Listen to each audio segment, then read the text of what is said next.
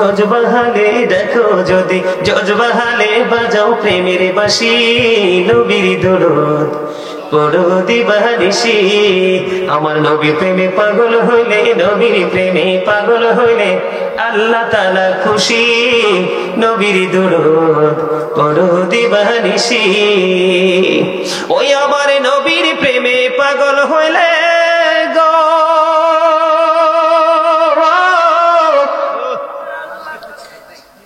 ওই আমার আল্লাহ তাআলার দিদার মিলে গো। দেখো যদি জজবাহালে দেখো যদি জজবাহালে বাজাও প্রেমের বাঁশি হায়রে বাজাও প্রেমের বাঁশি নবীর দরুদ পড়ো দিবানিশি। ওই আমার নবীর প্রেমে যে হয় মাতা তাহার সামনে রয়ে চিরকালো।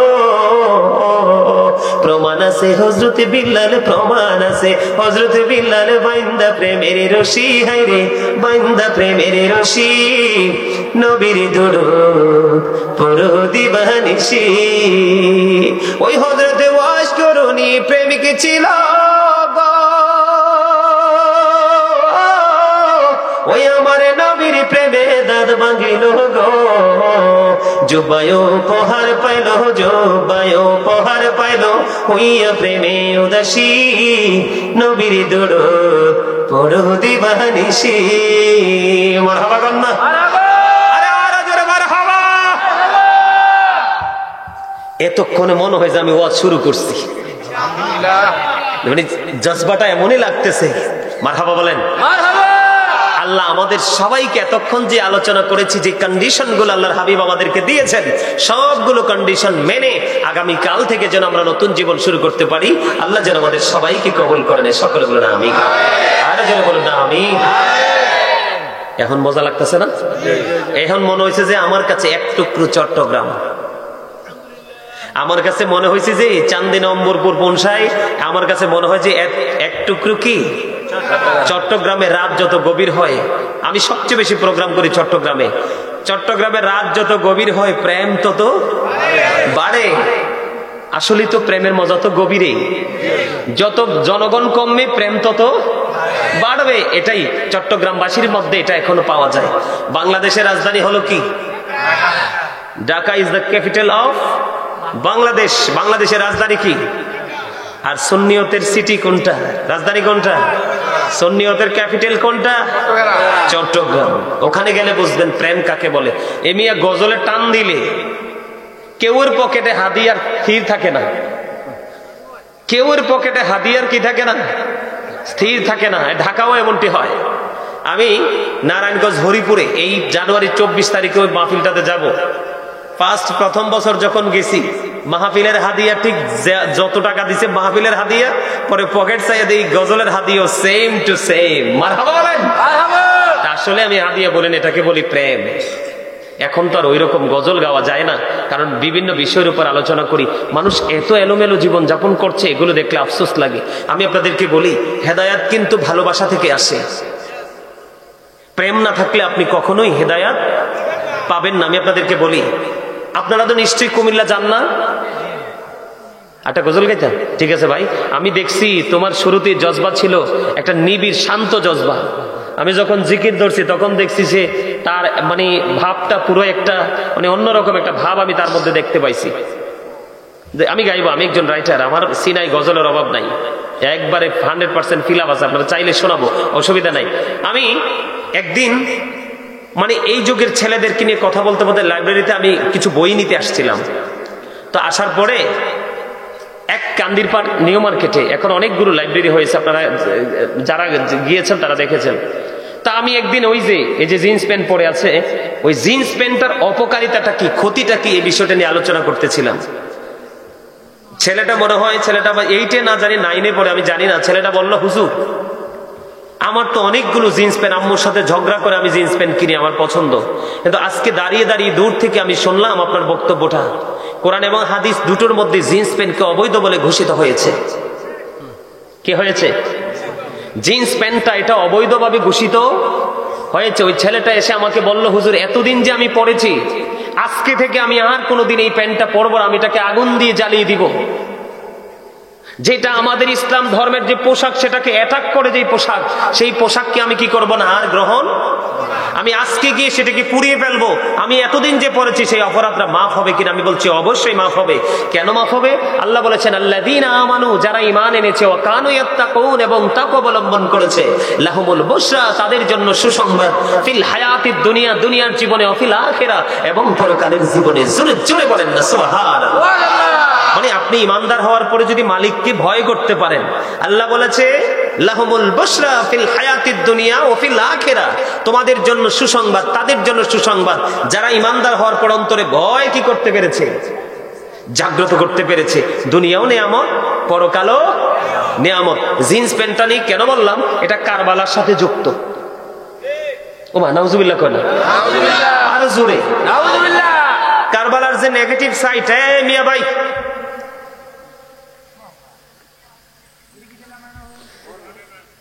এটা কারবালার যে সাইড, দুটো সাইড, একটা নেগেটিভ একটা পজিটিভ। নেগেটিভ সাইডের সাথে এই জিন্স প্যান্টটা যুক্ত। কেন যুক্ত আমি বলি, এই কারণে যুক্ত। এইদিকে দেখেন, এই যে আমার পায়জামার উপরটা কিন্তু এখানে নাভির অনেক উপরে, 4 থেকে 5 আঙ্গুল উপরে, আর নিচে দিয়ে তো টাকনুর অনেক উপরে। কেন বলতেছি, তোমরা এই বিষয়টা সিরিয়াসলি নিবে ভাইয়ের আমার। তো এই পোশাকটার পাশাপাশি আরেকটা ওয়াজ করতে হবে। আমার একটা স্বাস্থ্য ভাই এসে বইসিতে একবার টকটকে লাল পাঞ্জাবি পরে আসছে। এই পাঞ্জাবিটা পুরুষের জন্য টকটকে লাল পোশাকটা কতটা ক্ষতির কারণ, এটাও একটু বলবো। এটার সাথে নিবেন আপনারা, বিশেষ করে যুবকরা, তোমরা নিবা? এই শিক্ষাটার দরকার আছে না নাই? আছে না নাই? তোমরা তো সিল মেরে ফেলছি, মাছটা খুলে ফেলো।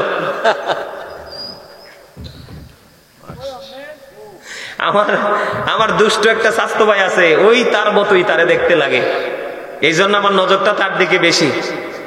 আমার দিকে তাকান, আগে লাল পাঞ্জাবিটা শেষ করে ফেলি। আল্লাহর হাবিবকে এক ব্যক্তি 2টা সালাম দিছে। কয়টা? 2টা সালাম দিছে নবীজি। একটা সালামের জবাবও, ইয়া রাসূলুল্লাহ, ইয়া হাবিবাল্লাহ, নবী গো, এক এক করে 2টা সালাম দিলাম। 2টার একটা সালামের জবাব আপনি দেননি। ইয়া রাসূলুল্লাহ, নবী কেন গো? আমার নবীজি জানিয়ে দিয়েছেন, বন্ধু, ইমানদার পুরুষ যারা আছো, যুবক, তোমাদেরকে বলি, তোমরা কত ভুল করছো, না বুঝে বুঝে, না জেনে জেনে, না শুনে শুনে। তোমরা এই ভুল থেকে বের হয়ে আসতে হবে, না হয় কবর বড় ভয়ঙ্কর হবে রে যুবক। চান্দির অম্বরপুরের আমার যুবক, তোমাদেরকে বলছি রে, আমার নবীজি বলেছেন লাল জামাটা পরে এসেছে, এই কারণে আমি তাকে সালামের জবাব দেইনি। ইয়া রাসূলুল্লাহ, লাল জামা পরলে কি হয় গো? আমার নবীজি বলে দিলেন লাল জামা পরলে কি হয়। তোমরা যদি জানতে রে, কোনদিন তোমরা পুরুষ হয়ে, ইমানদার পুরুষ হয়ে তোমরা লাল জামাটা পরতে না। লাল জামাটা পরলে কি হয় নবী গো? এই নবীজি বললেন একেবারে টকটকে লাল জামা ইমানদার পুরুষের জন্য মাকরুহে তাহরিমি, এটা হারামের অন্তর্ভুক্ত। এই জন্য নবীজি বলেছে তোমরা কখনো স্বর্ণের আংটি পরিও না, গলায় কখনো স্বর্ণের চেইন দিও না, তোমরা কখনো তোমরা রেশমি পোশাক, রেশমি কাপড় দিয়ে পোশাক তোমরা পরো না, কখনোই টকটকে লাল জামা পরিও না। এখন দেখি বিদেশ থেকে আসলে মোটা একটা চেইন ঝুলায় গলায়, হাইজেকার ধরে নিয়ে যায়, কয় আয়রে আল্লাহ কি করলো, তুমি কেন গলায় ঝুলাইলা? দোষ তো তোমার। কারণ তুমি কি জানো না, এই দেশটা হলো বড় একটা চোরের দেশ। কথা বলেন না কেন? কোন দিক দিয়ে, কোন দরজা দিয়ে এসে আপনার ইমান চুরি করে নিয়ে যায়, কোন দরজা দিয়ে আসে কোন হায়না আপনার আমল চুরি করে নিয়ে যায়, কোন দরজা বন্ধ কেটে, ওয়াল কেটে আপনার এই পৃথিবীর সম্পদ কেড়ে নিয়ে যায়। এমনি করে করে অনেক চোরের উপদ্রব আমাদের বাংলাদেশে বেড়েছে। এটা দিন দিন বন্ধু বাড়তে থাকবে। এটা থেকে বাঁচতে হলে তোমাকে আমাকে অল টাইম অ্যালার্ট থাকতে হবে। আমি যেটা বলতে চাই, তোমরা মন দিয়ে শোনো, আমি তোমাদেরকে বাঁচানোর জন্য এসেছি। আল্লাহর হাবিব বলেছেন, নারীর জন্য যেমনি পোশাক ফরজ, পর্দা ফরজ, পুরুষের জন্য তেমনি পর্দাটা ফরজ। নারীর পর্দা মাথা থেকে পা পর্যন্ত ঢেকে রাখতে হবে। বিশেষ কারণে হাতের তালুটা দেখাতে পারবে, বিশেষ কারণে সে মুখমণ্ডল দেখাতে পারবে। যেমন হজে যাবে, তার স্কিনটা লাগবে। কথা বলে না কেন? ফেসটা লাগবে কিনা? পাসপোর্টে ছবি দিতে হবে, এই জন্য সে মুখটা দেখাতে পারবে। বন্ধু এই জায়গা হাতের তালু ছাড়া পুরোটা রেখে রাখতে হবে।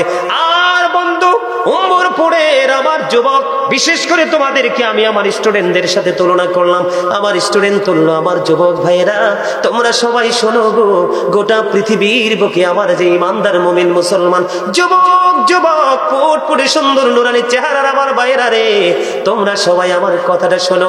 নবীজি বলে দিয়েছে, হাদিস শরীফের মধ্যে এসেছে, বুখারীতে এসেছে হাদিসটা, যেই ব্যক্তি ইচ্ছে করে টাকনুর নিচে ঝুলিয়ে ঝুলিয়ে পোশাকটা পরে, লুঙ্গি হোক, প্যান্ট হোক, পায়জামা হোক, ট্রাউজার হোক, যেটাই হোক, নবীজি বলেছে যদি এটা টাকনুর নিচে চলে যায় রে, তোমার ঠিকানা হয়ে যাবে জাহান্নাম। তুমি সারাটা জীবন তুমি নামাজ পড়তে পারবা। আমি এক্সাম্পল দিই, তুই টেনশন করো না। আমি কারবালার ওয়াজ করে আজকে যাব, কারণ এখানে আমি হাদিয়ার জন্য আসিনি। যেই হাদিয়াতে আমার দিবে বলছে বন্ধু, মানুষ ভয়েও আমাকে হাদিয়া দিতে বলে না, শুধুমাত্র প্রেমের কারণে এসেছি। ভালোবাসা কখনো কোনো কিছু দিয়ে তুলনা করা যায় না। কথা বলেন না কেন?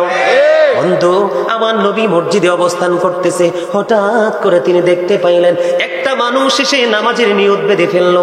গভীর মনোযোগ দিয়ে শোনো বন্ধু তোমরা, আমার নবীজি দেখলেন সে নামাজের নিয়ত করে ফেলেছে। তারপরে নবীজি বললেন তুমি ওযু করে আসো। তিনি ওযু করে আসলেন, এসে আবার তিনি নামাজে দাঁড়ালেন। নবীজি বললেন তুমি ওযু করে আসো। আবার তিনি ওযু করতে গেলেন, ওযু শেষ করে এসে তিনি আবার নামাজে দাঁড়ালেন। তৃতীয়বার আবার নবী বললেন তুমি ওযু করে এসো। এই কথা বলার পরে বন্ধু থার্ড পারসন, তৃতীয় জন প্রশ্ন করলো, ইয়া রাসূলুল্লাহ, ইয়া হাবিবাল্লাহ, নবী গো, বারবার কেন তাকে বলছেন গো নবী, বারবার কেন বলছেন তাকে ওযু করে আসতে গো? আমার নবীজি বললেন সেটার কারণ হলো, সে বারবার আমার বলার কারণ হলো তার পোশাকটা যে শরীয়তের সীমা দেওয়া হয়েছে। আল্লাহ রাব্বুল আলামিন 3 শ্রেণীর পোশাক দিয়েছে। কয় শ্রেণী? একটা হলো প্রতিদিন লজ্জাস্থান ঢাকার পোশাক, আরেকটা হলো সাজের পোশাক, আরেকটা হলো আল্লাহ রাব্বুল আলামিন কোরআনে বলেছেন লিবাসুত তাকওয়া যালিকা খায়র। আল্লাহ রাব্বুল আলামিনের কাছে সবচেয়ে বেশি দামি পোশাক হলো তাকওয়ার পোশাক।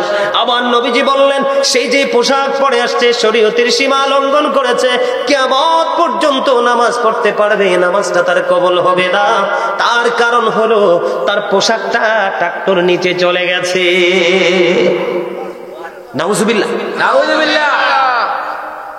এত ভয়ঙ্কর খবর শুনলে কেউ সুবহানাল্লাহ কয়? জোরে বলেন না নাউজুবিল্লাহ, নাউজুবিল্লাহ। এই দিক দিয়ে হলো নাভির উপরে অথবা নাভি বরাবর নিচের দিক দিয়ে রাখতে হবে টাকনুর উপরে।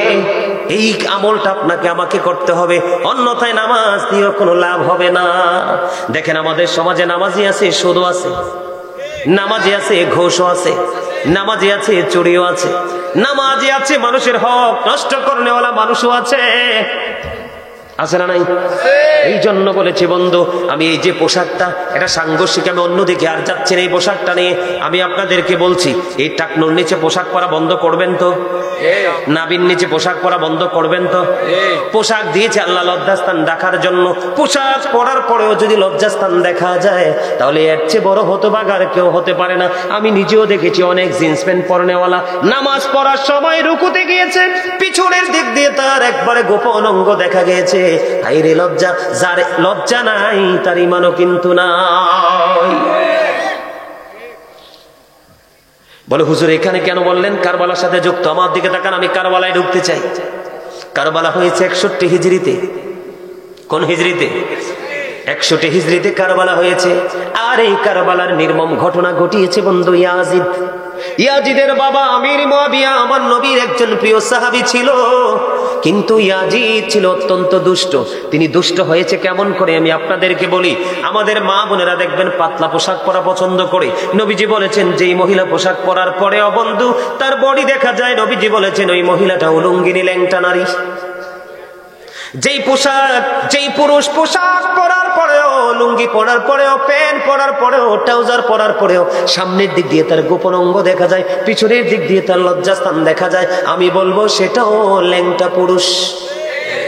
কারণ আল্লাহ তো দিয়েছে পোশাক লজ্জাস্থান ঢাকার জন্য। আল্লাহ মানুষকে সুন্দর করে বানাইছে, এই মানুষকে যেন আরো সুন্দর লাগে আল্লাহ পোশাক দিয়েছে। এই পোশাক দেওয়ার পরেও যদি তুমি তোমার লজ্জাস্থান ঢাকতে না পারো, তাহলে তোমার চেয়ে হতভাগার কেউ হতে পারে না। আমি আপনাদেরকে বলি, এই জিন্স প্যান্ট আমাদের মধ্যে ঢুকাইছে বেঈমানেরা। আমাদের থেকে মেসওয়াকটা কেড়ে নিয়েছে, ব্রাশ দিয়েছে বেঈমানেরা। নারীরা পাতলা পোশাক পরা সেটাও দিয়েছে বন্ধু বেঈমানেরা। এই জন্য আল্লাহ রাব্বুল আলামিন কোরআনে বলেছে ইন্নাল কাফিরিনা কানু লাকুম আদুওয়াম মুবিনা। আল্লাহ রাব্বুল আলামিন বলেছেন the heretics are the eternal enemy of the believers. ঈমানদারদের প্রকাশ্য শত্রু হলো বেঈমান কাফিরেরা। ইয়াজিদের বাবা আমির মুআবিয়া নবীর প্রেমিক, তিনি একজন সাহাবী ছিলেন। বন্ধু, ওনার সন্তান হলো ইয়াজিদ। তিনি কিন্তু কোনো বেঈমান কাফের মুশরিক ছিলেন না, তিনিও কিন্তু মুসলমান ছিল। তিনি কিন্তু ওপেনলি কোনো মসজিদ ভাঙে নাই, ওপেনলি কোনো মাদ্রাসা ভাঙে নাই বন্ধু। ওনার কাজ হলো মুখে একটা অন্তরে আরেকটা, এটার নামই হলো ইয়াজিদ। এটার নামই হলো ইয়াজিদিয়াত। মুখে হলো ইসলামের প্রেমের কথা, অন্তর ইসলামকে ধ্বংস করার পায় তারা। এটার নাম হলো বন্ধু ইয়াজিদিয়াত। আপনাদেরকে বলি, ইয়াজিদের যে উপদেষ্টা ছিল তার নাম ছিল শারজুন বিন মানসুর রুমি, যিনি ছিলেন একজন ইহুদি। তিনি দিনের বেলা বানর নাচাতো, রাতের বেলা মদের আসর বসাতো, নারীদেরকে, নষ্ট নারীদেরকে নিয়ে নাচ গানের আয়োজন করত। জোরে জোরে বলেন না নাউজুবিল্লাহ, আর জোরে বলেন না নাউজুবিল্লাহ। বন্ধু, আমি আপনাদেরকে বলি, কারবালা হয়েছে 61 হিজরিতে, আর 63 হিজরিতে হাররার ঘটনা ঘটিয়েছে ইয়াজিদ বাহিনী। আপনারা জানেন কিনা জানি না, যেই মসজিদে নববীর মধ্যে বন্ধু 1 রাকাত নামাজ পড়লে 50,000 রাকাতের সওয়াব পাওয়া যায়, ওই মসজিদে নববীর মধ্যে 3 দিন পর্যন্ত আজান দিতে দেয় নাই। আজান দিতে দেয়নি, নামাজ পড়তে দেয়নি। ঘোড়া বেঁধেছিল, ঘোড়া রাস্তা বল করেছিল, নোংরা করে দিয়েছিল। বন্ধু, আপনাদেরকে আরো বড় নোংরা জঘন্য খবর আমি দিতে চাই। বন্ধু, মদিনায় অতর্কিত ভাবে 63 হিজরিতে 700-এরও বেশি সাহাবীকে হত্যা করা হয়েছে। 10,000-এরও বেশি সাধারণ মানুষকে হত্যা করা হয়েছে। বন্ধু, কিতাব প্রমাণ করেছে ইয়াজিদ বাহিনী হলো 100% ক্যারেক্টারলেস পিপল। বুঝেন নাই? চরিত্রহীন, কিহীন, চরিত্রহীন। নবীকে মানলে হবে গুড ক্যারেক্টার সম্পূর্ণ পারসন, আর নবীকে না মানলে হবে ক্যারেক্টারলেস পারসন। ইয়াজিদ এবং তার দল কোরআন হাদিসের ভাষায় বন্ধু ক্যারেক্টারলেস পিপল হিসাবে আমরা সবাই জানি, চরিত্রহীন লম্পট। আমাদের দেশে অনেক মানুষ আছে ইয়াজিদের প্রশংসা করে, আছে না নাই? ইমাম হুসাইনের কথা কয় না? এরে যুবক, চান্দিনা উম্বরপুরের যুবক, আমি কিন্তু একটু পরে মাহফিলটা শেষ করে দিব, তোমরা তোমাদেরকে বলবো you are very 100% successful person. কেন জানোনি? তোমরা যদিও হেসেছো, যদিও তোমরা মজা করেছো, আমি বিশ্বাস করি তোমরা ওয়াজেও মজা পেয়েছো। কারণ মজা না পাইলে কেউ কখনোই কাছে থাকে না। আমি তোমাদেরকে আরেকটা মজা দিতে চাই। ইমাম হুসাইনকে বাদ দিয়ে তোমরা আলোচনা করো, ইমাম হুসাইনকে নিয়ে আলোচনা করো না। নবীজি বলেছেন আল হাসান ওয়াল হুসাইন সাইয়্যিদা শাবাবি আহলিল জান্নাহ। আমার নবীজি বলে দিয়েছেন Imam Hasan and Husain are the leader of younger people in Jannah. আমার নবীজি বলেছে, রে আমার যুবক উম্মতেরা, তোমরা শুনে রাখো, তোমাদের জন্য জান্নাতে রিসেপশনে দাঁড়িয়ে থাকবে, তোমাদের লিডার হয়ে যাবে ইমাম হাসান হুসাইন, 2 ভাই। আরে জোরে কন্যা সুবহানাল্লাহ। বন্ধুরি আমার, আমার দিকে তাকান। 1,000-এরও বেশি নারী অতর্কিতভাবে ধর্ষণের শিকার হয়েছিল। শুধু ধর্ষণের শিকার নয়, কিতাব খুলে বন্ধু নিজেরই 2টো চোখ খুলে খুলে দেখেছি, আর চোখের পানি চোখ দিয়ে বেয়ে বেয়ে পড়েছে বিরামহীন ভাবে। মানুষ এতটা চরিত্রহীন কেমন করে হয়, এতটা ক্যারেক্টারলেস কেমন করে হয়?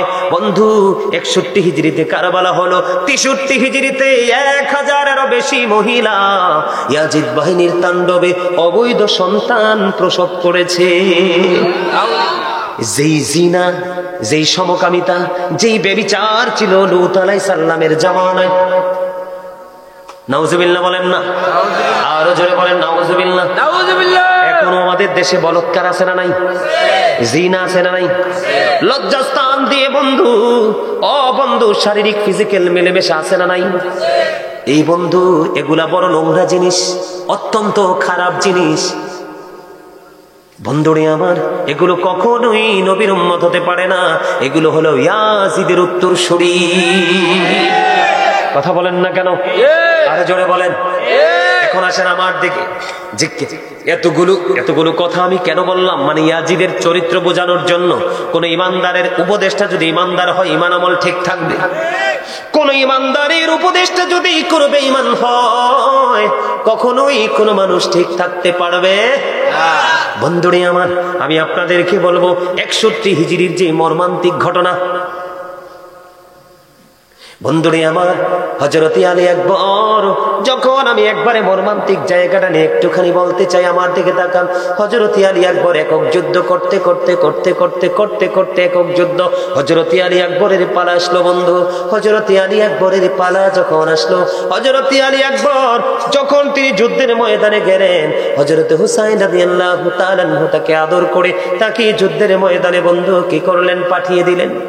3 দিন পর্যন্ত ফোরাত নদীর পানি বন্ধ। কয়দিন? 3 দিন মানুষ কি পানি না পেয়ে থাকতে পারে? যেই নবীর কারণে আল্লাহ রাব্বুল আলামিন এত নিয়ামত বরাদ্দ করে দিল, যেই নবীজির কারণে এত নিয়ামত আমাদেরকে বন্ধু দিয়ে দিল, সেই নবীর কলিজার টুকরা, জান্নাতের সরদার, জান্নাতের লিডারের মধ্যে একজন, অনলি 1% ইমাম হুসাইন রাদিয়াল্লাহু তাআলা আনহু, তিনি বন্ধু ওই দিনের জন্য সবচেয়ে বড় সেফ ছিলেন।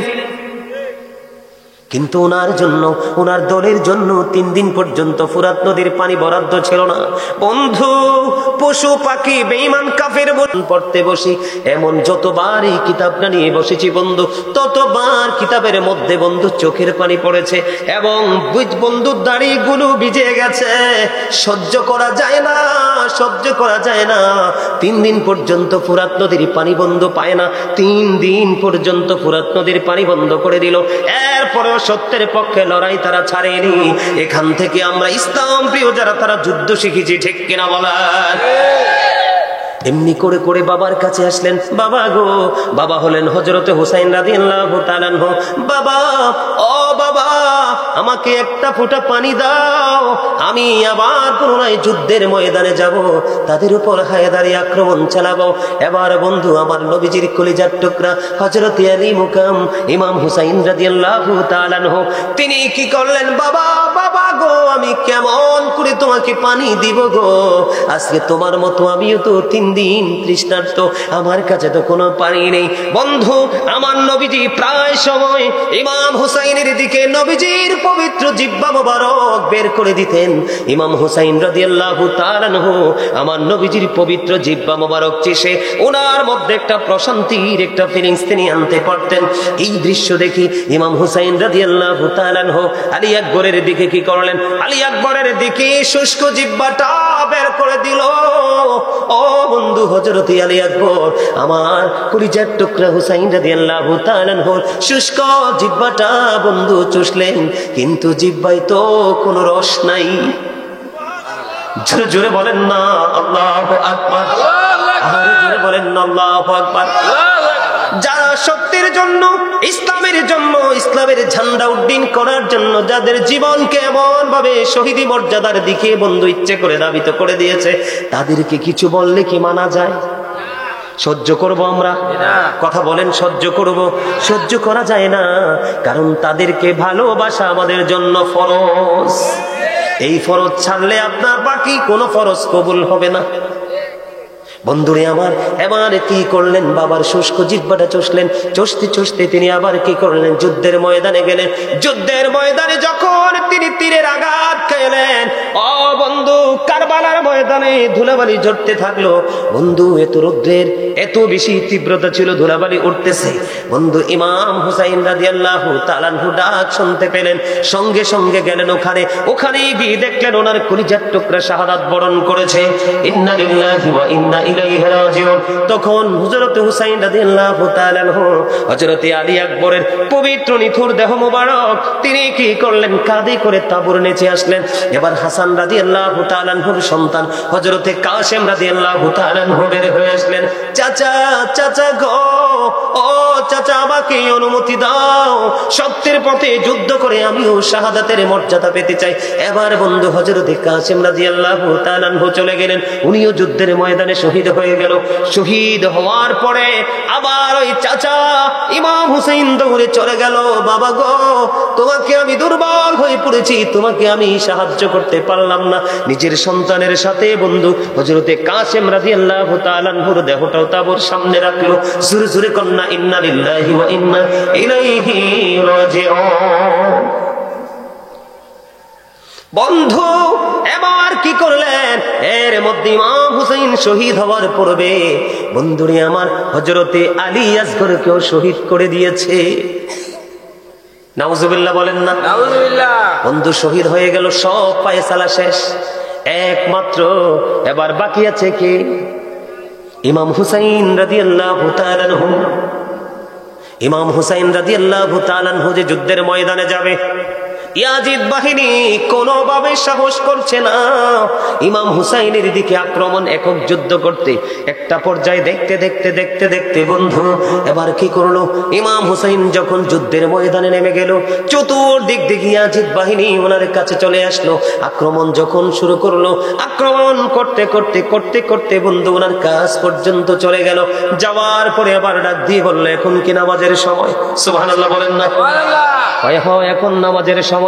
যদি নামাজের সময় হয় রে, আমাকে তোমরা শহীদ করে দিও, কোনো আপত্তি নাই, জীবনের শেষ একদাটুকু আমার মালিককে দিতে দাও।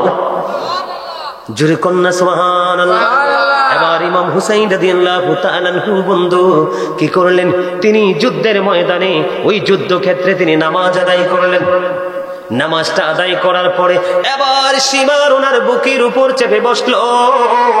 এবার ইমাম হুসাইন রাদিয়াল্লাহু তাআলা আনহু এবং ইমাম হুসাইন রাদিয়াল্লাহু তাআলা আনহু তিনি বললেন, এরে সীমান, তুমি তো আমাকে শহীদ করার জন্য এসেছো, তুমি আমাকে শহীদ করে দেওয়ার জন্য এসেছো, আমি চাই তুমি তোমার বুকের জামাটা একটু খোলো। তখন সীমার বুকের জামাটা খুললো। সীমার যখন বুকের জামাটা খুললো, খোলার পরে তিনি চাইয়া দেখলেন সীমারের বুকের মধ্যে সাদা সাদা শ্বেত চিহ্ন দেখা যায়।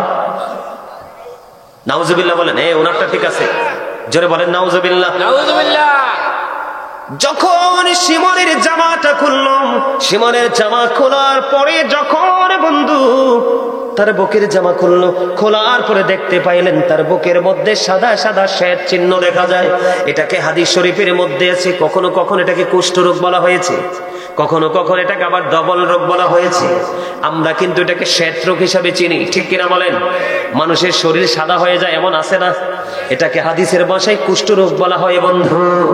এই কুষ্ঠ রোগ এবার ইমাম হুসাইন রাদিয়াল্লাহু তাআলা আনহু একটা ডাক দিয়ে বলল, রে সীমান, তুই বুঝি সেই বদকিসমত, আমার নানা আমাকে বলে গিয়েছে সাদা সাদা দাগের কিছু কুকুর আমার বাগানকে হরণ করে নিয়ে যাবে। সর্বশেষে তুই বুঝি সেই বদকিসমত সাদা দাগের কুকুর, তুই আমার নানার কথা অনুযায়ী বুঝি নানার কলিজার টুকরা সাজানো বাগানকে হরণ করে নিয়ে এসেছস, তুই সেই বদকিসমত। নাউজুবিল্লাহ বলেন না। বলা বন্ধু শেষ হয়ে গেল। এবারে সীমার কি করলেন, ইমাম হুসাইন রাদিয়াল্লাহু তাআলা আনহুর বন্ধু ওনার কি করলেন, এই দেহ থেকে পবিত্র মাথাটা আলাদা করে দিল। আলাদা করে দেওয়ার পরেও বন্ধু ইয়াজিদ বাহিনী ক্ষান্ত হয়নি। ইয়াজিদ বাহিনী কি করছেন, এই উত্তপ্ত রোদের মধ্যে বন্ধু কারবালার ময়দানে ওনার এই পবিত্র মাথায় বন্ধু ঘোড়া দিয়ে পদদলিত করেছে। জোরে জোরে বলেন না নাউজুবিল্লাহ। বলেন না নাউজুবিল্লাহ। ইমাম হাসান হুসাইন দুই ভাই এমন বন্ধু, ওনারা যা চাইতো তাই কিন্তু ওনাদের কাছে চলে আসতো। আমি আপনাদেরকে ওনাদের মর্যাদাটা বোঝানোর জন্য, কারণ আপনারা তৃণমূল পর্যায়ের মানুষ এখানে এসেছেন, সাধারণ গ্রামের সরল মনা মানুষ, আপনাদেরকে যদি এক্সপ্লেইন না করি আপনারা বুঝতে পারবেন না। ছোট্ট একটা ঘটনা বলি বন্ধু। ইমাম হাসান হুসাইনকে আমার আল্লাহ কত ভালোবাসতেন। একদিন ছোট্ট ছেলে হুসাইন তিনি কি করবেন, একটু খেলতে মন চাইছে, দৌড়াদৌড়ি করবে, ছোটাছুটি করবে, হঠাৎ করে সঙ্গের আসলো। আসার পরে মার গলা জড়াই ধরলো, মা খাতুনে জান্নাত ফাতেমার গলা জড়িয়ে ধরলো। ধরার পরে ডেকে ডেকে বললেন, আম্মু মা গো একটু অনুমতি দাও, আমি একটু খেলতে যাব, তবে আমার একটা আবদার আছে, খেলা শেষ করে আসার পরে আমাকে একটু আপেল দিতে হবে। সুবহানাল্লাহ বলেন না। ছোট্ট ছেলে, মাত্র ছোট্ট বন্ধু, একটু বুঝে নেবেন। এরে যুবক, এই আলোচনা শোনার পরেও যদি তোমরা হাসো, আর তোমাদের কাছে কিছু বলার নেই। আজকে অনেক ট্রেনিং তোমাদেরকে দিয়েছি, আমি সর্বোচ্চ বল আজকে তোমাদের জন্য প্রয়োগ করেছি। তারপরেও যদি তোমাদের হাসতে মন চায়, আফসোস ছাড়া আর কিছুই থাকবে না। তুমিও তো একজন যুবক, তুমি কতটুকু আশার চাওয়ার প্রাপ্তি তোমার জীবনে ঘটেছে। আমি যদি বলি আজকে বন্ধু, আল্লাহি, আল্লাহর কসম করে বলছি, এই জান্নাতের বাগান, এই পবিত্র আসরে বসে আমি বলছি, আমি সুলাইমান এমন একটা ছেলে, আমার জীবনের শুরু থেকে এই পর্যন্ত আমার মালিকের কাছে যা চেয়েছি এই পর্যন্ত তাই আমি পেয়েছি। তুমি বুকে হাত দিয়ে বলো, হুজুর আমার জীবনে যা চেয়েছি আমি তা পেয়েছি, বলতে পারবা না। তার কারণ আমার জীবনের সবচেয়ে বড় চাওয়া ছিল, আল্লাহ তুমি আমাকে তোমার পথের একটা খাদেম হিসাবে কবুল করিও। আজকে আমি এত, আল্লাহ রাব্বুল আলামিন এত মর্যাদার জায়গায়, কোন জায়গায় চাইলেও আমি বিশেষ বক্তা হতে পারি না। কোন মানুষ আমাকে বিশেষ বক্তা বানাইতে রাজি হয় না। হুজুর প্রধান বক্তা না হয় প্রধান অতিথি, এটা আমি মনে করি মদিনা ওয়ালার খাতিরে আমার মালিক আমার জীবনের কোনো না কোনো কর্ম বন্ধু কবুল করেছে, এই কারণে তো মর্যাদার জায়গায় বসিয়ে দিয়েছে। ঠিক কিনা বলেন? এটা আমি বোঝার জন্য বলেছি তোমাদেরকে। বন্ধুরে আমার, এবারে কি করলেন, ছোট্ট ছেলে হুসাইন আবদার করেছে। এবার মা খাতুনে জান্নাতকে বললেন, মা গো, ও মা, আমার একটা চাওয়া আছে। বাবা গো বলো। কয় আমার চাওয়া হলো মা, আমার আপেল খেতে মনে চেয়েছে, আমাকে একটু আপেল তো দিতে হবে, আপেল খাবো। মা শর্ত হলো আমি খেলতে যাই, খেলা শেষ করে আসার পরে আমাকে আপেল দিবা। মা খাতুনে জান্নাত তিনি কখনোই সাধারণ কোন নারী নয়, তিনি বলে দিয়েছেন, যাও বাবা যাও, তুমি খেলা শেষ করে আসো, আসার পরে আমি তোমাকে আপেল দিব। আমি মা তোমাকে বলে দিলাম। আর জোরে বলেন না সুবহানাল্লাহ। বন্ধু আমার, ওই ইমাম হাসান হুসাইনের প্রেম দেখে, তাদের চাওয়ার প্রাপ্তি দেখে বড় হিংসা হয়, বড় লোভ হয়। মালিক তাদের নানার যে কলিজার টুকরা উম্মত হয়েছে, আমরা যেন পরিপূর্ণ উম্মত হয়ে যেতে পারি। এবার বন্ধু চলে গেলেন, কিন্তু ইমাম হুসাইনকে বিদায় দেওয়ার পরে মা ফাতেমা চিন্তা করতেছেন, আমি তো আমার সন্তানকে বলে ফেলেছি আপেল খাওয়াবো, কিন্তু মদিনার কোথাও তো আপেল নাই, আমি আপেল দিব কোত্থেকে? তিনি চিন্তায় পড়ে গেলেন। হঠাৎ করে ওনার মাথার মধ্যে একটা বুদ্ধি চলে আসলো, না বসে থাকবো না, আমি আমার বাবার কাছে চলে যাই। বন্ধু আপনারা হজ করতে গেছেননি? নবীজির রওজা মোবারক থেকে মা ফাতেমার বাড়ি কিন্তু বেশি দূর না, অল্প একটু জায়গা। আমি মা খাতুনে জান্নাত ফাতেমার বাড়িটা একটু দূর। বন্ধু বরকতের জন্য ঘুরে ঘুরে দেখে এসেছি, চক্ষুটা শীতল হয়ে গেছে। বন্ধু মা ফাতেমা কি করলেন, আমার নবীজির কাছে চলে গেলেন। যখন গিয়েছে, কিতাব প্রমাণ করেছে, মা ফাতেমার ললাটি বন্ধু ঘাম ছিল, ওনার যখন ঘর্ম প্রবাহিত হচ্ছিল দেখছে। আমার নবীজি তখন বসা ছিলেন, মা ফাতেমাকে দেখে তিনি দাঁড়িয়ে গেলেন। দাঁড়িয়ে মা ফাতেমাকে নবীজির আসনে বসতে দিলেন। মা আপনাকে পেরেশান দেখা যায়, আপনি বসেন, কি হয়েছে? বাবা গো, একটা সমাধানের জন্য এসেছি। আপনার কলিজার টুকরা হুসাইন খেলতে গেছে, আমার কাছে বলছে আসার পরে আপেল দিব। বাবা গো, আমি তো কথা দিয়েছি। বাবা কথা দেওয়ার পরে আমি চিন্তা করলাম মদিনার কোথাও তো আপেল নাই, আমি কোত্থেকে তাকে আপেল দিব? মা ফাতেমা এবং আপনার আমার প্রাণের নবীর কথোপকথন চলতেছে, এরই মধ্যে জিবরাইল আলাইহিস সালাম জান্নাত থেকে আপেল নিয়ে আমার নবীর হুজরায় এসে হাজির। জোরে জোরে বলুন না সুবহানাল্লাহ, আর জোরে বলুন না সুবহানাল্লাহ। জিবরাইল এসে হাজির হয়ে গেল আপেল নিয়ে। বন্ধুরে আমার, জিবরাইল আলাইহিস সালাম বলতেছে, ইয়া রাসূলুল্লাহ, আমার তিনটা জিনিস লাগবে, একটা চাকু লাগবে, দুইটা বাটি লাগবে। মা আয়েশা সিদ্দিকা রাদিয়াল্লাহু তাআলা আনহার ঘর থেকে দুইটা বাটি এবং একটা চাকু যখন আনা হলো, বন্ধু আপেল কিন্তু মনে রাখবেন, আপেলটা দেখতে দুনিয়ার আপেলের মতোই, রং কিন্তু দুনিয়ার আপেলের মতো, কিন্তু স্বাদ দুনিয়ার আপেলের মতো না।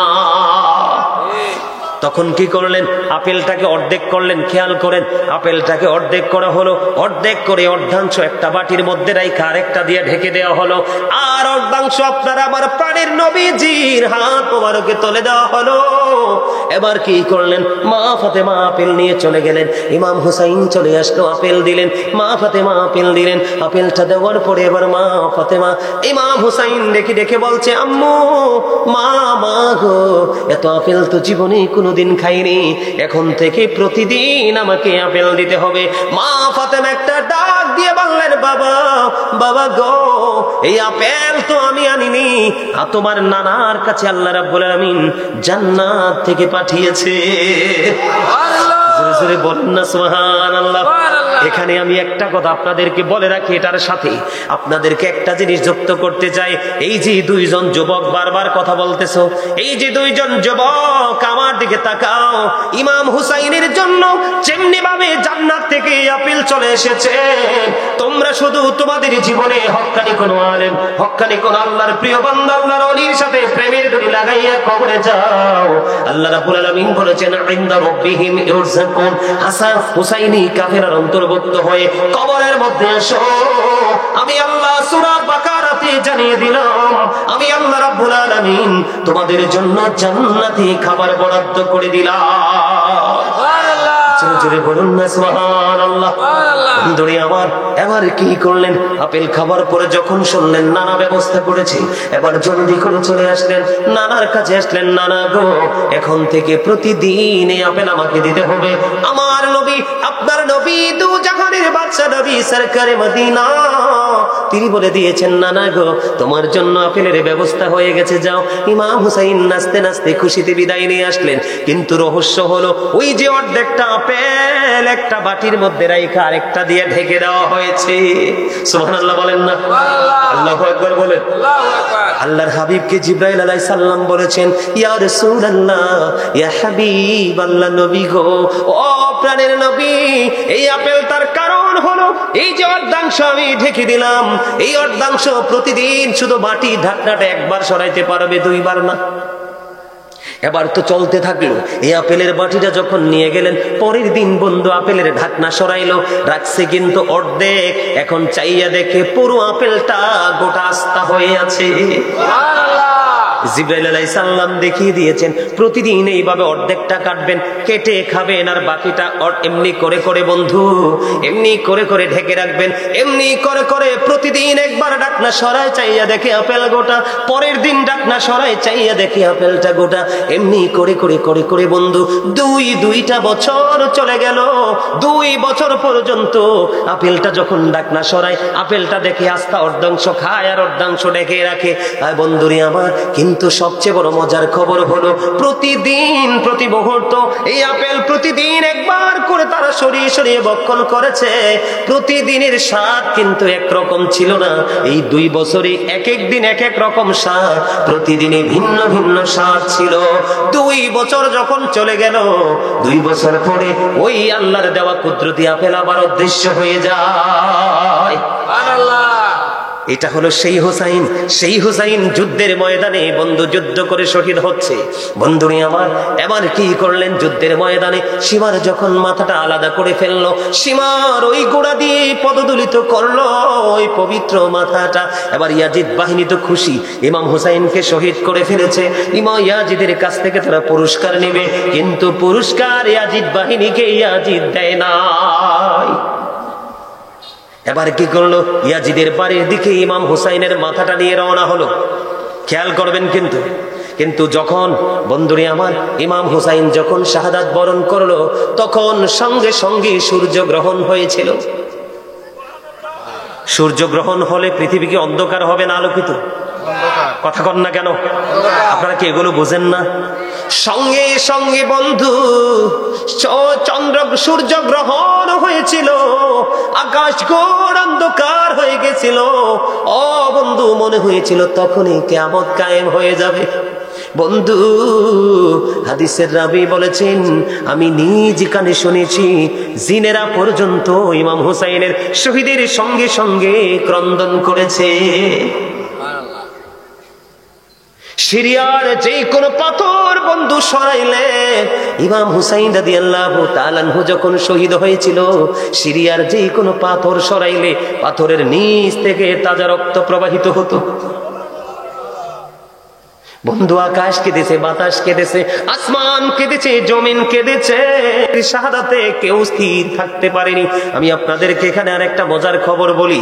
এই যে ইমাম হুসাইনের শহীদ যখন হলো, রক্ত বন্ধু এমন রূপ নিয়েছে, উম্মে সালমা রাদিয়াল্লাহু তাআলা আনহাকে আমার নবীজি পৃথিবী থেকে চলে যাওয়ার সময় বলেছিল, উম্মে সালমাকে তুমি মাটিগুলো সংরক্ষণ করে রেখে দাও, মাটিগুলো তুমি যত্ন করে রেখে দাও, যেদিন তুমি দেখবা এই মাটিগুলো রক্তে লাল হয়ে গেছে রে, সেই দিন তুমি মনে করবা আমার কলিজার টুকরা ওই কারবালার ময়দানে শহীদ হয়ে গেছে।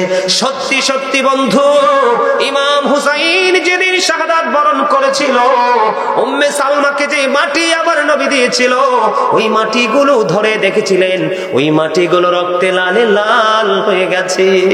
জোরে জোরে বলেন আল্লাহু আকবার। এইখান থেকে বন্ধু ইয়াজিদ বাহিনী রওনা হলো, ইয়াজিদের কাছে পুরস্কারের জন্য যাবে। রাস্তার মধ্যে যখন গেল, আমার দিকে তাকান, এদিকে তাকান, যখন রাস্তার মধ্যে গেল অন্ধকার হয়ে গেল, সন্ধ্যা ডানা মেলে দিল, সূর্য তার অপর গন্তব্যে বন্ধু চলে গেল। যাওয়ার পরে ওই ইয়াজিদ বাহিনী রাস্তার মধ্যে একটা তাঁবু গেড়েছিল, ওইখানে বসবাস করত এক খ্রিস্টান পাদ্রী। খ্রিস্টান পাদ্রী যখন জানতে পারলো রাসূলের কলিজার টুকরার মাথা নিয়ে যাওয়া হচ্ছে ইয়াজিদ বাহিনী, দেখেন ওরা কতটা লোভী ছিল, কতটা লালসা ছিল পৃথিবীর প্রতি। আমি এখানে আপনাদেরকে একটা কথা বলে নেই, আল্লাহ রাব্বুল আলামিন পবিত্র কালামে হাকিম সূরা আলে ইমরানের 185 নম্বর আয়াতের শেষ অংশে বলে দিয়েছেন, ওয়ামাল হায়াতুদ দুনিয়া ইল্লা মাতাউল গুরুর, এই দুনিয়ার জীবনে পৃথিবীর জিন্দেগি একটা ধোঁকা, একটা প্রতারণা। ইয়াজিদ বাহিনী সেই প্রতারণার মধ্যে পড়েছিল বন্ধু। যখন রওনা হওয়ার পরে খ্রিস্টান পাদ্রী ডাক দিয়ে বলল, রে ইয়াজিদ বাহিনী, ইয়াজিদের প্রেতাত্মারা, তোমাদেরকে আমি একটা কথা বলবো। ওই কথাটা কি? ওই একটা রাত্রের জন্য শুধু আমাকে, ইমাম হুসাইনের মাথাটা আমাকে দিবা, একটা রাত্রের জন্য তুমি ইমাম হুসাইনের মাথাটা আমাকে দিবা, আমি তোমাদেরকে বিনিময় দেব 10,000 দিরহাম। একদিকে বলেন না নাউজুবিল্লাহ, আর ওই খ্রিস্টানের জন্য বলেন না সুবহানাল্লাহ। 10,000 দিরহাম যখন দিবি বলল, পাগল পারা হয়ে গেল টাকার জন্য, কারণ তারা তো পাগলে অর্থের, দুনিয়ার পাগল হয়ে গেল বন্ধু। খ্রিস্টান পাদ্রী তিনি মনে মনে বলতে লাগলেন, ইনি বাড়িতে গেলেন, নিয়ে ইমাম হুসাইনের সুন্দর মাথাটাকে সুন্দর করে সুগন্ধযুক্ত পানি দিয়ে ধুইলেন। ধোয়ার পরে তিনি কি করলেন, উঁচু একটা জায়গার মধ্যে রেখে দিলেন, উঁচু জায়গায় রেখে দিয়ে সারা রাত তিনি ইমাম হুসাইনের পবিত্র চেহারাটার দিকে তাকাইয়া তাকাইয়া কাঁদতে শুরু করলেন। চোখ দিয়ে তিনি চোখের পানি বিসর্জন দিতে লাগলেন। কাঁদতে কাঁদতে বন্ধু ওই খ্রিস্টান পাদ্রী বলতেছে, ইয়াজিদ বাহিনী পৃথিবীর জন্য রাসূলের কলিজার টুকরাকে শহীদ করে দিল। অন্যদিকে খ্রিস্টান পাদ্রী তিনি বলতেছেন, কিন্তু ইয়াজিদ বাহিনী কিন্তু মুসলমান। কথা বুঝেননি আপনারা? ইয়াজিদ বাহিনী কিন্তু মুসলমান, কোন হিন্দু নয়, কোন খ্রিস্টান নয়, কোন বৌদ্ধ নয়, কোন ইহুদি নয় বন্ধু, তারা ছিল মুসলমান। আমি আপনাদেরকে বলি, কিন্তু তাদের উপদেষ্টা ছিল বন্ধু একজন ইহুদি। আপনারা দেখেন না এখন বর্তমানে বন্ধু ফিলিস্তিনের কি অবস্থা, লেবাননের কি অবস্থা, ঠিক কিনা বলেন? কিন্তু ফিলিস্তিনকে ধ্বংস করে দিতে চায়, কিন্তু ফিলিস্তিন ধ্বংস হবে না, ধ্বংস হবে মূলত ইসরাইল, ঠিক কিনা বলেন? আপনাদেরকে আমি বলে দিতে চাই, ইয়াজিদ বাহিনী যতই শেষ করার চেষ্টা করুক, ইমাম হুসাইনের অঙ্গের যে পবিত্র জায়গা যেখানে আছে সেইখানেই মাজার। জোরে জোরে কন্যা ঠিক না বেঠিক? যারা আজকে ইয়াজিদের প্রশংসা করে তারাও কিন্তু তাদের আপন বাচ্চাদের নাম রাখে না ইয়াজিদ, রাখিনি। দেখেন বন্ধু, ওই খ্রিস্টান উঁচু জায়গার মধ্যে ইমাম হুসাইনের মাথাটা বন্ধ রেখে দিল। রেখে দেওয়ার পরে এবার তিনি দেখতে পাইলেন সাদা দবদবে নুরানি একটা পাখি যেন ইমাম হুসাইনের পবিত্র মাথার চারপাশে ঘুরে ঘুরে তাওয়াফ করছে। জোরে জোরে কন্যা সুবহানাল্লাহ। আমি আপনাদেরকে বলে দিতে চাই, এই যে ইমাম হুসাইন এবং ইয়াজিদের মধ্যে দ্বন্দ্ব হলো, ইয়াজিদ ছিল রং হ্যাঁ, ইমাম হুসাইন ছিল রাইট, ইমাম হুসাইন ছিল সত্যের পক্ষে, ন্যায়ের পক্ষে। আর ইয়াজিদ বাহিনী ছিল পুরোপুরি আল্লাহর হাবিবের বিপক্ষে। এই কারণেই বন্ধু যুদ্ধ হয়েছে, আর এই যুদ্ধ থেকে আমরা ইমানদাররা শিক্ষা নিয়েছি, ঠিক কিনা বলেন? এই জন্য আমি আপনাদেরকে বলি বন্ধু, আমি আপনাদেরকে বলি, আমি একটা গজল গাই প্রায় সময়, ধীরে ধীরে চালাও ছুরি সীমার আমারি গলা,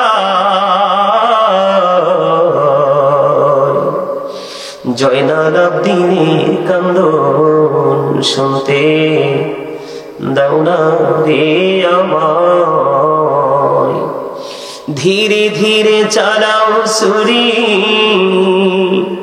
সীমার আমারি গলা,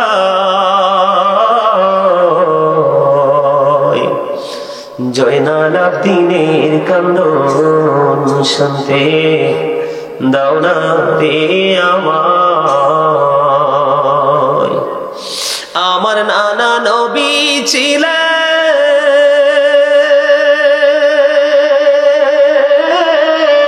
গুনাহগারের শাফি হলেন গো, আমার নানা নবী ছিলেন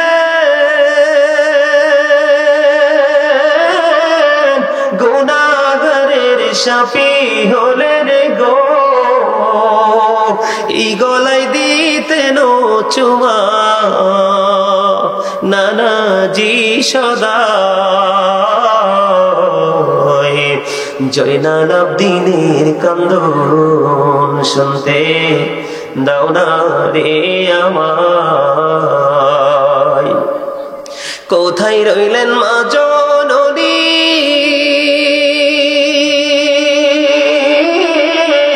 তোমার হোসেন ধরাশায়ী গো, কোথায় রইলেন মা জননী,